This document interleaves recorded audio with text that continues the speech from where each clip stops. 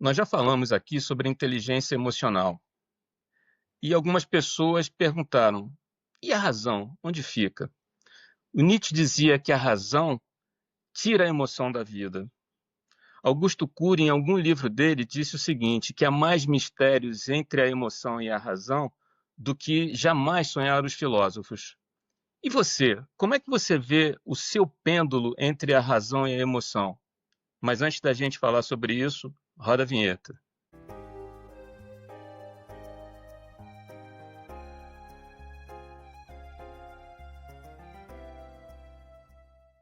Fala, Fran. Fala, Elvio, tudo bom? Eu estou bem. Então, eu acho que você também deve ter recebido alguns comentários sobre esse negócio da razão versus a emoção depois que a gente colocou no ar o episódio sobre inteligência emocional, né? Sim, não somente depois da que a gente colocou no ar esse episódio, mas até mesmo na clínica, né, que a gente vê muito essas questões da oscilação da razão com a emoção, e muitas vezes é, as pessoas tratam como se fossem duas coisas muito diferentes, mas aqui eu acho que a Distantes, gente né? tá... Oi? Distantes. Sim, mas a gente vai ver que uma tá muito interligada com a outra, né? Pois é, então, eu vou usar uma frase antiga aqui, nem tanto ao mar, nem tanto à terra, né? A gente não pode colocar as coisas numa distância tão grande assim. E observa, essa delimitação que a gente faz entre razão e emoção, do jeito corriqueiro, eu acho que é uma delimitação muito rasa, né? Porque a psicanálise mostra para gente que não é tão simples assim. A gente precisa ter uma vida que seja um pouco mais equilibrada, porque veja só, uma vida que tenha só a razão é uma vida fria, é uma vida sem cor, né? É uma vida xoxa, vamos dizer assim. E quando a gente vai totalmente para o lado da emoção, o que acontece? A gente pode ter uma vida até caótica, uma vida que fica sem direção, sem muita lógica, né? Vamos dizer assim. Então, acho que aí vem a pergunta, né, Fran? Como é que a gente entende essa oscilação entre a razão e a emoção? É claro que existem características mais marcantes em cada um de nós, né? A gente, às vezes, é muito claro isso, né? Eu acho que às vezes a gente tende mais para o lado da razão ou tende mais para o lado da emoção, dependendo das características individuais de cada um de nós. Sim, com certeza, Elvio. Mas assim, eu acho que para a gente começar a explorar um pouco mais profundamente, né, esse tema dentro da psicanálise, para a gente ver como que eles, apesar de serem tão diferentes, como que eles convergem muito, Isso. acho que é necessário a gente também fazer uma diferenciação, vamos dizer assim, um pouco didática, só para a gente começar a compreender mais a fundo, né? E então, eu gostaria que você colocasse para a gente em evidência, né? O que que seria esse lado racional, o que que seria esse lado emocional de cada um. Bom, tá bom, vou pegar um pouco teórico aqui, é isso, né? Tá bom, vou pegar um pouquinho teórico. Assim, vamos tentar ser o menos Telecurso 2000, mas vamos embora. Tá bom.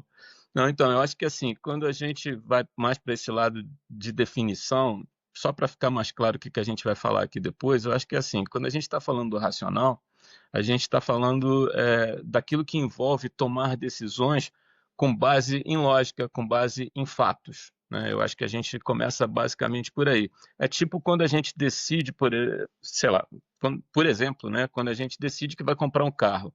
A gente vai comprar um carro e tem que pensar, mas espera aí, qual é o tamanho do carro que eu preciso? Como é que é a minha família? Sou só eu e a minha mulher? Sou eu sozinho? Eu tenho filhos, família? Então, eu preciso ter alguns parâmetros para eu conseguir tomar a decisão de comprar aquele carro, né? Se a gente for pensar um pouquinho em quem tem um pouco mais de grana, vamos fazer um investimento, né? Eu quero fazer uma poupança para comprar esse carro, por exemplo. Eu quero fazer uma poupança e como é que eu faço essa poupança? Eu coloco essa grana na aplicação A, na aplicação B, na aplicação C. Então, isso tudo vai estar baseado em conhecimento, em dados, em fatos que a gente vai ter que considerar. Quando a gente vai para o lado do emocional, a coisa já é um pouco diferente. As emoções passam a ter um papel significativo nas tomadas de decisão que a gente vai ter. E observa, as reações perante as situações do cotidiano, que logicamente vão fazer a gente tomar essas decisões, elas vão estar muito mais baseadas nas emoções do que a gente teria para aquela pessoa que tem mais um perfil racional. As decisões são baseadas em como a gente sente, como é que a gente intui aquilo que vai acontecer. É, já começa a ser bastante diferente. E você sabe que isso vai acontecer com essa pessoa. Vou dar novamente um exemplo. Essa pessoa vai comprar um presente para alguém que está fazendo aniversário. A pessoa bate o olho e sente que aquele presente é a cara do fulano ou da fulana que vai receber o presente de aniversário. É quando uma reação, por exemplo, de injustiça que aconteça, né? A gente está passando pela rua, vê alguém maltratando um animal, por exemplo, a pessoa que é racional talvez vá chamar a polícia, vai fazer alguma coisa mais concreta do ponto de vista de execução. No caso da pessoa que é mais emocional, é capaz que ela até vá lá e bata na pessoa que tá maltratando o animal. Então, eu acho que essas diferenças elas ficam muito claras entre a pessoa que tem mais o perfil racional ou a pessoa que tem mais o perfil emocional. Mas mesmo assim, eu vou devolver para você dizendo que eu acho que ainda é uma delimitação muito rasa que a gente faz simplesmente com essa visão, com essa é, avaliação, vamos dizer assim, que eu acabei de fazer aqui. Uhum. Inclusive, isso me lembra até um mecanismo de defesa que a gente tem na psicanálise, que é a racionalização, que é justamente isso, né? Muitas vezes a gente usa a razão de uma forma para esconder os nossos sentimentos, para a gente tentar fugir de determinada emoção inconsciente, né? Que para, sei lá, para a gente não sentir ansiedade, para a gente não sentir culpa. Então, assim, vou dar até um exemplo bem prático. A pessoa é demitida do trabalho. Ela falou: não, tá tudo bem, eu não queria aquele trabalho mesmo, para mim tá tudo tranquilo. Uhum. Muitas vezes ela faz esse movimento justamente para não sofrer um luto, né? A dor da perda daquele trabalho. E isso não quer dizer que ela está sendo uma pessoa racional, madura, inteligente, emocional. Não necessariamente. Ela está sofrendo, mas ela está tentando esconder esse sofrimento. E quando a gente tenta esconder qualquer tipo de sofrimento, independentemente que se for pela racionalização ou qualquer outro tipo de mecanismo, de certa forma a gente está jogando aquilo para debaixo do tapete. Então, a priori, a gente quer fugir, por exemplo, de uma ansiedade. Mas o que vai acontecer é que a gente vai começar a sintomatizar isso e talvez a ansiedade ela vai vir de outras formas que a gente não consegue perceber, né, Elvio? Às vezes a gente fica assim, nossa, eu tô ansiosa, não sei porquê, não compreendo, não aconteceu nada, mas é tanta emoção que a gente vai guardando, sabe? Que a gente vai deixando debaixo do tapete, que a gente não enfrenta, que a gente não conversa com aquela pessoa que a gente precisa conversar, que a gente não enfrenta aquela situação. A gente vai racionalizando, né? Já que esse é o papo do nosso episódio. A gente também vai racionalizando tantas coisas que cadê o emocional? A gente também precisa do emocional, né? É o que a gente fala, é a parte mais difícil, é o equilíbrio. Porque também, se eu deixar o emocional aflorar, a gente pega essas questões de impulsividade, né? De fazer coisas que depois a gente vai se arrepender porque a gente não pensou direito, a gente vai estar fugindo de uma análise crítica de uma outra pessoa, né? Então, assim, essa dicotomia entre dois polos, né? Quando a gente divide muito a razão com a emoção, a gente vai presumir que a gente tem que agir de uma determinada maneira. Ou você, meio 880, né? Tipo, ou você tem que reagir racional, ou você tem que reagir emocional. E às vezes não é assim. Às vezes a gente precisa de um pouco mais de emoção num determinado Exato. momento. Depende disso também, né, Elvio? Tipo, as situações da vida, como a gente está naquele dia, o ambiente, o que está acontecendo, né? E se a gente vê que a gente está no processo ou de racionalizar demais, ou de se emocionar demais, vamos dizer assim, é necessário que a gente comece a compreender um pouco de nós mesmos. Quais são os nossos gatilhos, o que está causando isso na gente. E, de novo, né, é aquela mesma ladainha de todo episódio. O autoconhecimento é importante justamente por causa disso. Porque você vai começar a compreender todas essas dinâmicas, né? E, assim, eu até brinquei com você, aquele tia do...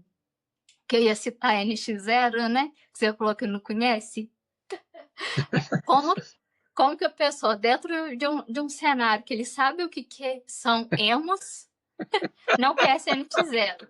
Mas, mas no fim, o que eu quero citar é o seguinte: entre razões e emoções, a saída é fazer valer a pena. Então eu acho que é mais ou menos isso. É isso aí. Então, antes da gente seguir, a gente está falando bastante desse pêndulo, né, oscilando aqui entre a razão e a emoção.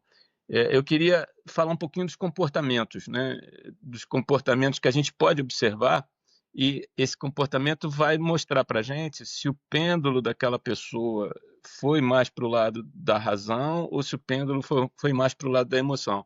Eu vou começar aqui pelo pêndulo indo para o lado da razão, e depois eu passo para você falar sobre da emoção. Quando a gente tem alguém que está tendendo para o racional, vamos dizer assim, nesse pêndulo, é muito comum a gente perceber que essa pessoa está com um pensamento lógico, ela está analítica em tudo aquilo que ela avalia, ela está buscando fatos, ela está buscando dados, ela está buscando argumentos para que ela possa tomar uma decisão. Essa pessoa vai decidir baseada em evidências, ela vai decidir baseada em dados concretos, baseado em alguma coisa que não seja uma suposição, uma intuição, alguma coisa que ele pressente que vai acontecer. Como dizia a minha mãe, ele quer tudo preto no branco, né? Então ele vai Uhum. buscar aquilo ali para que ele possa tomar uma decisão. E observe, essa pessoa normalmente quando está numa situação dessas, ela trabalha muito o controle, se é que eu posso usar a palavra controle, talvez eu vou trocar o controle, ela vai gerenciar mais as emoções dela para evitar que ela tenha uma resposta impulsiva, para evitar que ela tome uma decisão precipitada, justamente porque ela está dentro desse processo analítico para trabalhar em cima de fatos e dados. Ela traz sempre uma análise crítica em relação a tudo aquilo que está acontecendo. Essa pessoa vai ser criteriosa, ela vai considerar os prós e os contras para tudo, até que ela chegue a um ponto e diga: ok, é esse caminho que eu vou tomar. Outras coisas também que a gente poderia falar, a pessoa nesse momento ela fica extremamente objetiva, ela é imparcial. Uma coisa que é importante também, que acontece quando a pessoa pende para o lado da razão, e eu acho que isso é uma coisa, né, de certa forma positiva para uma tomada de decisão, ela evita preconceitos ou emoções que interfiram no julgamento dela. E ela passa a fazer o planejamento dele. Ela é uma pessoa que começa a trabalhar um pouco mais de forma estratégica para que ela possa seguir em frente, estabeleça metas, caminhos que ela vai seguir. É uma pessoa que é boa de resolução de problemas, é uma pessoa que tem facilidade, clareza de comunicação e que, logicamente, ela se posiciona de uma forma muito mais assertiva em relação àquilo que ela está enfrentando na sociedade. Eu estou quase que descrevendo aqui uma pessoa que tem a capacidade de sobreviver no mundo corporativo, né? Alguma coisa desse jeito assim. Mas mas é uma característica que a gente percebe para alguns tipos de atividade, para alguns tipos de situação que a gente vê no nosso dia a dia, não é, Fran? Uhum, sim. Mas quando você fala, até que você falou assim, vai trocar o termo controlar para gerenciar, né?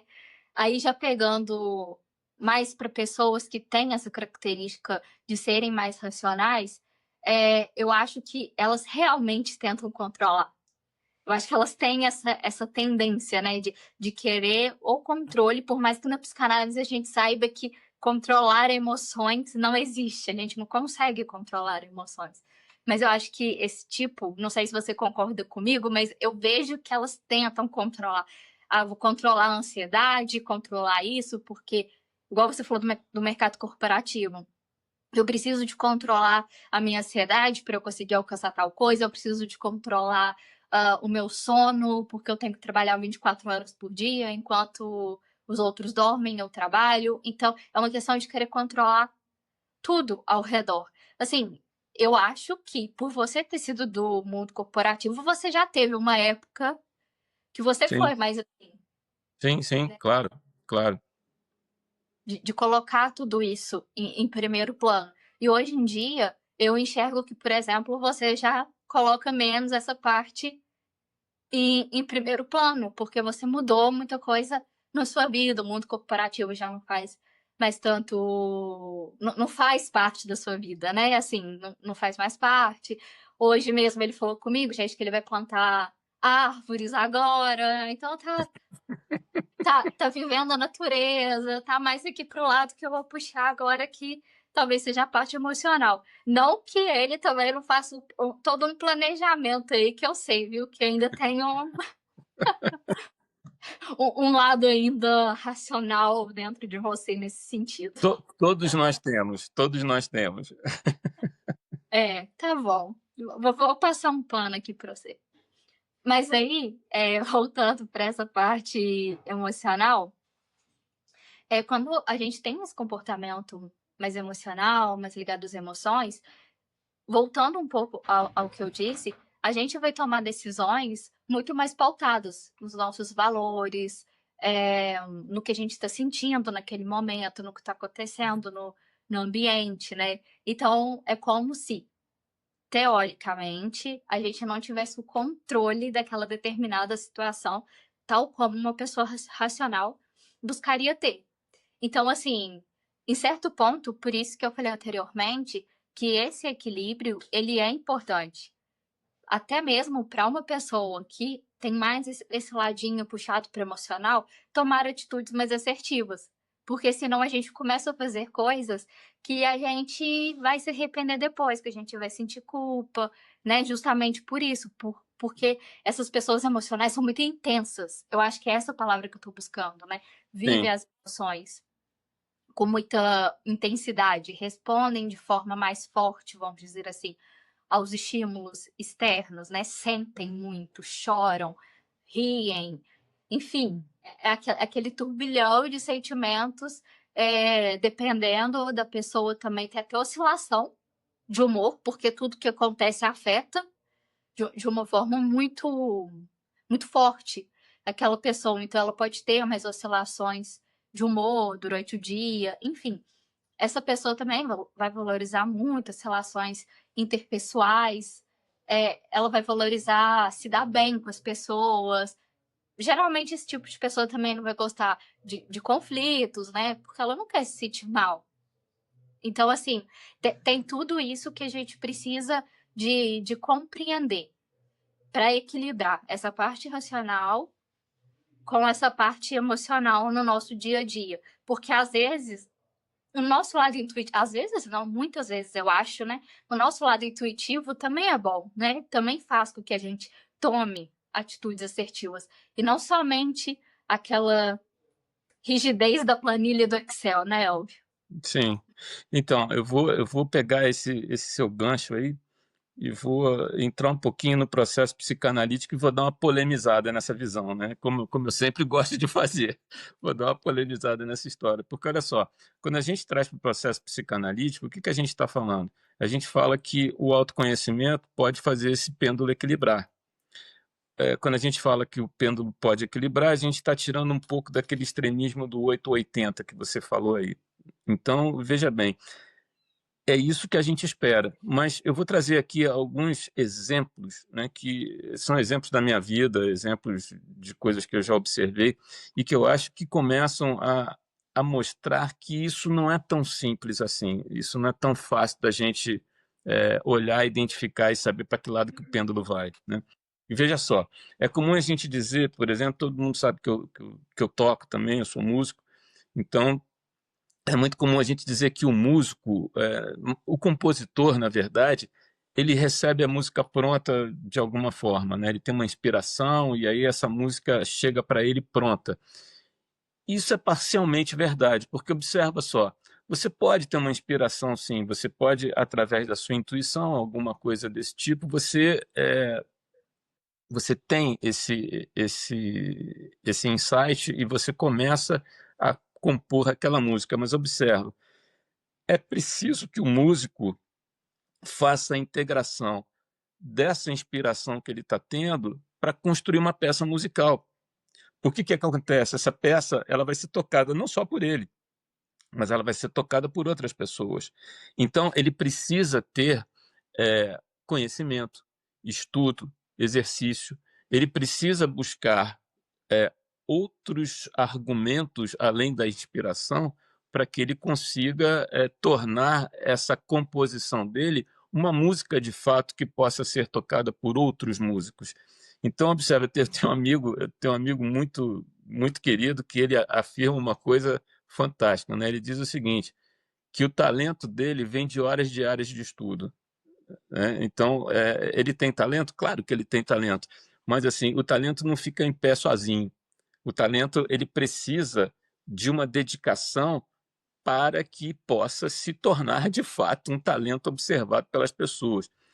Então você vê, por exemplo, ainda na coisa da música, a minha formação original é de engenharia. E na época que eu me formei, era muito comum as pessoas fazerem um curso que tinha na PUC do Rio de Janeiro de análise de sistemas, né? Isso estou falando de muitos anos atrás. E é muito interessante a quantidade de músicos que existe dentro desse ambiente de engenharia, de tecnologia. Esse ambiente, ao longo da minha vida toda, eu percebi que muitos dos engenheiros, das pessoas que se dedicam à área de tecnologia, elas são pessoas que têm uma sensibilidade muito grande e que, consequentemente, entram na música, né? Entram na música de uma forma assim definitiva, de cabeça, e são excelentes músicos, né? Eu tenho até a história de um amigo bastante antigo, que eu não vejo há muitos anos, que ele quase foi demitido da empresa porque ele programava os terminais de computador para tocar Jesus, a Alegria dos Homens, porque ele adorava essa música, então ele ficava programando para tocar. Então, veja bem, é uma coisa muito, muito tênue, do jeito que a gente estava falando aqui, essa oscilação do pêndulo que pode fazer a coisa ir para um lado e para o outro. E para finalizar e devolver a palavra para você, eu fiquei muito impressionado nos últimos tempos aí, de ver como a tecnologia pode trabalhar a favor da emoção, né? Como é que ela pode trabalhar a favor da emoção? É, existem vários grupos musicais, existem DJs como o Alok, por exemplo, que faz o uso da tecnologia, né, para fazer com que a emoção venha na plateia. A emoção surge a partir de uma inspiração, logicamente, que ele teve, mas que só é possível com a tecnologia. São drones voando, sei lá, show pirotécnico, um negócio desse tipo. Então, eu acho que talvez isso seja uma convivência que a gente tá vendo hoje bastante pacífica, né? Vamos dizer assim, entre a razão e a emoção, para que a gente use os recursos que estão dentro da razão a favor da emoção e vice-versa. Uhum. Eu acho que esse exemplo da música que você deu é um exemplo, assim, fenomenal, porque, salvo engano, você fala comigo que música é matemática, né? É mais ou Isso, menos isso. Então, assim, a música, ela é uma paixão, mas ela também é disciplina. Então, por exato. exemplo, eu já fiz aula de canto. E assim, eu não queria ser profissional nem nada, queria por hobby. Eu achava que a aula de canto era meio que chegar lá e cantar. Tipo, vou e pronto. E eu fui ver que não é bem assim. Tem toda uma técnica. Enfim, eu Exercícios. tem exercícios para você aprender a tocar o instrumento, é partitura, é não sei o quê, e blá blá blá. Eu nem sei porque eu saí rapidamente, porque não era bem isso que eu queria. Eu só queria, tipo assim.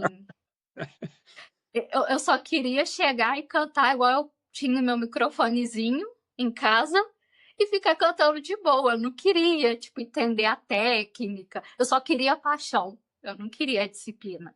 E aí tá tudo bem também. Eu não queria ser profissional. E quando a gente tem um hobby, a gente não tem que pensar que a gente tem que fazer da melhor forma possível também, né? Eu só queria cantar de boa. Então, eu falei, ah, não, não vou ficar do jeito que eu canto mesmo, com meu microfonezinho. Na época era DVD ainda, ouvindo meu DVD e ganhando nota lá no karaokê do DVD e tava ótimo, sabe? Pra mim tava maravilhoso. Mas, igual, você já tem que ler partituras para tocar o piano, você toca aí nas noites de carranca, tiradentes. Então, você tem que ter uma disciplina maior, você tem que ensaiar, você tem que compreender. Então, nesse ponto, você tá usando a razão e também a Exato, emoção, né? exato, Então, eu exato. acho que a música é um exemplo mais bonito, vamos dizer assim, da gente dar dentro do que a gente está falando hoje, né? Eu também E outra, acho, eu também acho. e outra coisa, as emoções também não quer dizer que elas são irracionais, vamos dizer assim. Muitas vezes elas estão tentando nos mostrar algumas coisas. Então, peraí, vamos parar para pensar, né? Por que que eu tô sentindo tanta raiva do que determinada pessoa falou para mim? Por que que eu fiquei triste por causa disso? Sabe? Sabe quando você pensa, nossa, mas eu fiquei triste por causa de uma besteira? Às vezes a gente pensa assim, mas será que é uma besteira? Por que que eu fiquei assim? Então, muitas vezes as emoções são sinais que ela tá ali te dando para falar, opa, tem alguma coisa acontecendo. Então a gente pode racionalizar as emoções, se é assim que eu posso dizer, no sentido da gente refletir, trazer com reflexão, não tentar dar uma racionalizada no sentido de fugir do porquê, como é o mecanismo de defesa que eu citei anteriormente, mas da gente refletir o que isso está querendo me dizer. Então, dentro do processo terapêutico, a gente tem muito disso, porque às vezes sozinho a gente não consegue. Mesmo a gente que é profissional, a gente não consegue, a gente precisa do apoio da outra pessoa para ir mostrando o caminho para a gente, né? Então, eu gostaria de fazer o convite para vocês entrarem em contato com a gente também, que a gente atende online, né? A gente coloca tanto eu quanto o Elvio. Então, assim, como o vídeo a gente grava e não sabe exatamente o dia que vai sair aqui no ar, se tiver sem vaga, a gente coloca na lista de espera, mas a gente vai atender todo mundo com muito carinho, porque é muito importante a gente cuidar, da gente entender todo esse caminho desses mecanismos de defesa que a gente tem, dessas emoções que a gente vai jogando para debaixo do tapete. Às vezes a gente pensa que a gente está muito maduro emocionalmente, não é bem assim. Às vezes a gente está mesmo, às vezes não. Se a gente está se sentindo mal, né? Se está incomodando, é porque alguma coisa a gente precisa de ver dentro da gente, né? Enfim, eu acho que é isso. É a gente equilibrar o feeling, o sentimento, a paixão, também com essa parte mais racional para que a gente tome decisões mais assertivas, né, Elvio? Para que a gente construa um futuro mais leve, uma vida mais leve, eu acho, não um futuro, mas para que a gente construa uma vida mais leve, que a gente consiga se divertir e se divertir consciente do nosso próprio divertimento, se é que eu posso dizer assim. É isso, Fran. Mas eu vou te dizer aqui que, apesar do meu emocional querer continuar com o episódio, o meu racional diz que está na hora de encerrar. Então eu vou devolver para você, para você encerrar o episódio, por favor. Sim, eu vou perguntar para vocês, pessoal, e vocês? Hoje, né? Já que a gente tem essa oscilação aí, hoje, o que que vocês estão? Mais racional, mais emocional? Você não sabe? Ou você tá sempre de um jeito, sempre mais racional, sempre mais emocional? Você discorda com a gente? Comenta aqui o que vocês acham sobre o episódio. Eu queria só, Elvio, antes de terminar, te perguntar como que você tá hoje. Você tá mais racional ou você tá mais emocional? Eu sempre sou um cara equilibrado.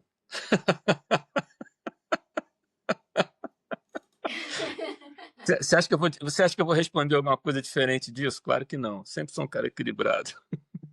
Gente, ele tá usando um mecanismo de defesa, tá? Precisamos de analisar o Elvo depois.